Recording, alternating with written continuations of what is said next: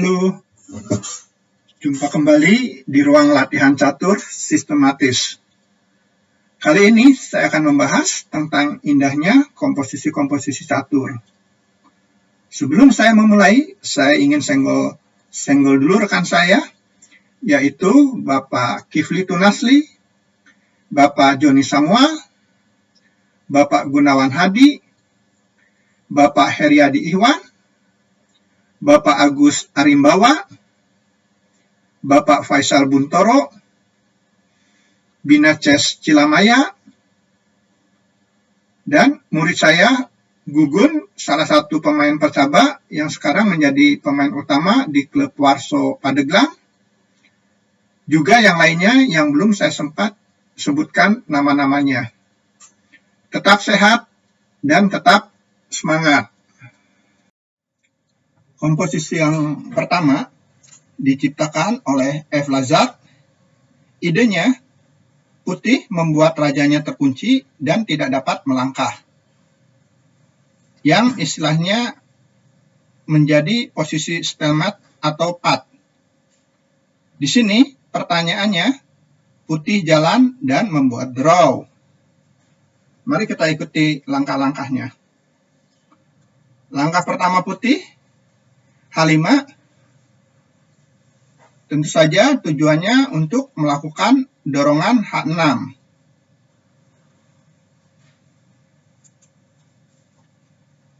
G makan H5, G6, tentu tujuannya mengambil pion F7. F makan G6. Lagi-lagi putih memberikan pionnya yaitu dengan melakukan dorongan E6 yang bertujuan untuk mengambil pion D7. Dan di sini hitam lagi-lagi mengambil pion yang dikorbankan oleh putih dengan D makan E6. Dan di sini putih melanjutkan kembali dengan dorongan C5 bertujuan untuk melakukan dorongan C6 agar pion yang berada di lajur C menjadi pion bebas. Dan di sini hitam menjawab D makan C5. Di sini mulai terlihat raja putih semakin terbatas langkah-langkahnya. Di sini putih melanjutkan dengan A6 bertujuan untuk mengambil pion B7. B makan A6, saya mundur satu langkah. Tentu saja di sini hitam tidak menjawab B6 karena posisi langsung menjadi posisi stalemate atau pat. Artinya raja putih tidak dapat melakukan langkah yang sah. Kembali kepada posisi utama. Setelah B makan A6,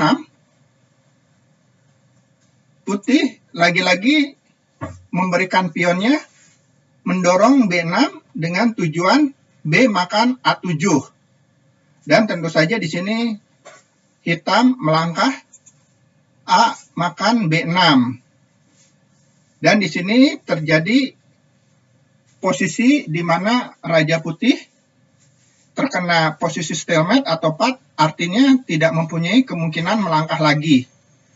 Komposisi pertama ini bisa dijadikan buat pemanasan dulu. Baik, kita akan berlanjut ke posisi nomor 2. Posisi diagram nomor 2 diciptakan oleh Z. Bogdarazan. Komposisi ini sangat menarik, di mana yang mendapat keunggulan perwira justru yang terkena posisi stalemate atau pat. Pertanyaannya, putih jalan dan putih membuat draw. Mari kita ikuti langkah-langkahnya. Langkah pertama putih adalah H8, melakukan promosi menjadi menteri. Benteng H2 melakukan langkah skak. Raja G5, benteng makan H8, dan di sini putih melakukan langkah bagus dengan boom. G7 melakukan langkah skak sekaligus melakukan garpu terhadap benteng yang berada di H8. Raja makan G7, F6 melakukan langkah skak, Raja H7. Saya mundur satu langkah. Jika hitam melangkah Raja F8, maka langsung terjadi posisi draw stalemate atau pat, di mana Raja Putih tidak memiliki langkah yang sah. Kembali kepada posisi utama. Setelah Raja H7, Putih menjawab Raja G5, dan di sini ajaib. Sekarang posisi hitam justru yang terkena stalemate atau pat, di mana posisi hitam dalam keadaan unggul perwira. Sungguh cantik pencipta komposisi ini. Kita berlanjut ke komposisi nomor 3. Posisi diagram nomor 3 diciptakan oleh komposer yang sama dengan nomor 2, yaitu G. Bogdarazan. Temanya juga sama, namun posisinya jauh lebih rumit. Pertanyaannya, Putih jalan dan membuat draw. Mari kita ikuti langkah-langkahnya. Langkah pertama Putih, boom. Benteng D1 melakukan pengorbanan. Dan hitam menjawab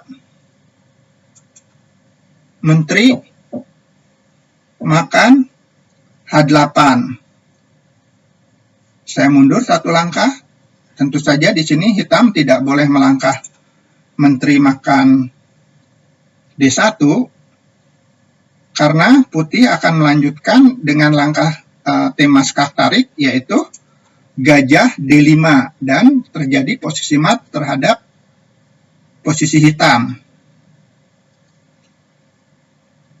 Kembali kepada posisi utama.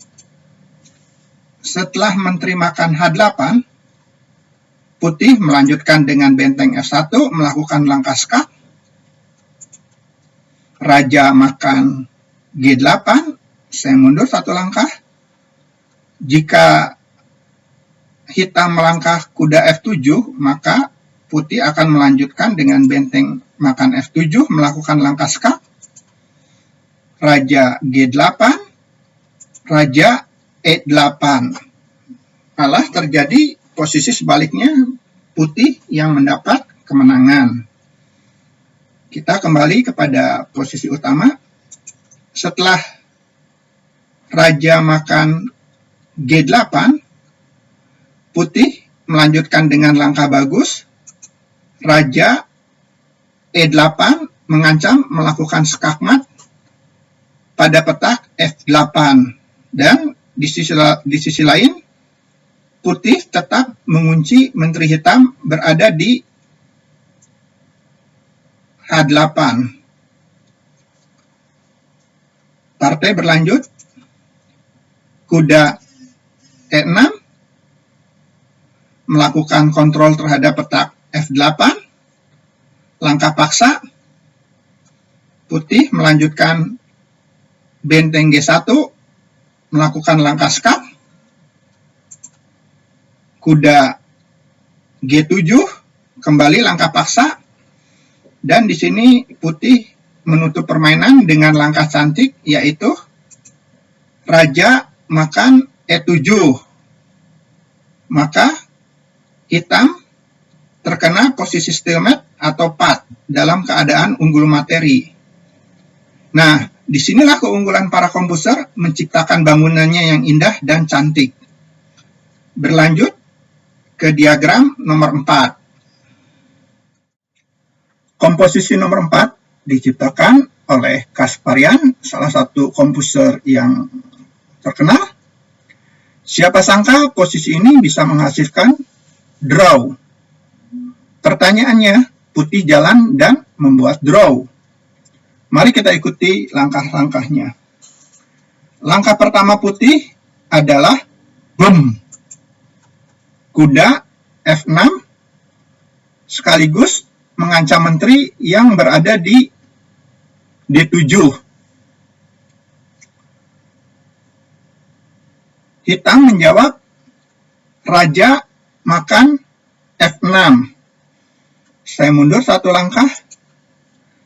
Jika dalam posisi ini hitam melangkah, menteri makan D6, maka putih akan melanjutkan dengan langkah E4, melakukan langkah skak. Raja makan F6, langkah paksa, gajah G5. Dan ajaib, terjadi posisi mat buat hitam. Saya mundur satu langkah. Setelah raja makan F6, putih melanjutkan dengan langkah E4, mencoba untuk membuat jaringan mat dengan mengancam gajah ke G5.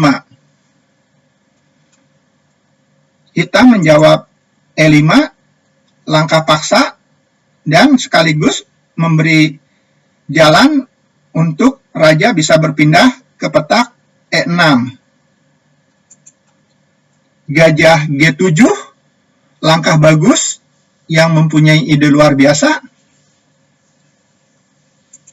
Raja E6, langkah paksa.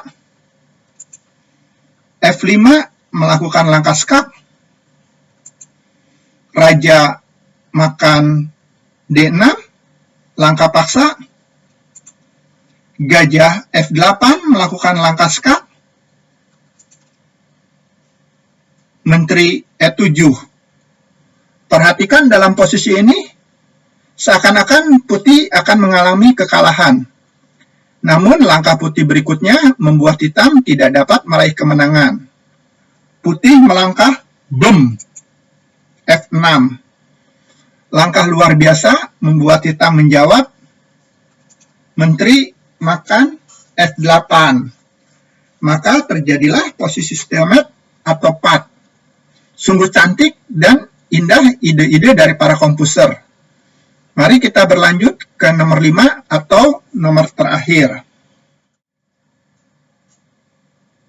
Komposisi nomor 5 atau nomor terakhir diciptakan oleh Šimkovič. Lagi-lagi, siapa sangka posisi yang rumit seperti ini akan berakhir dengan draw. Pertanyaannya, putih jalan dan membuat draw. Mari kita ikuti langkah-langkahnya. Langkah pertama putih, benteng C4, langkah normal untuk mencegah promosi pion yang berada di C2 menuju C1,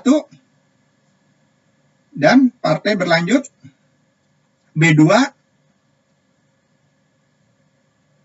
melakukan ancaman terhadap benteng yang berada di A1,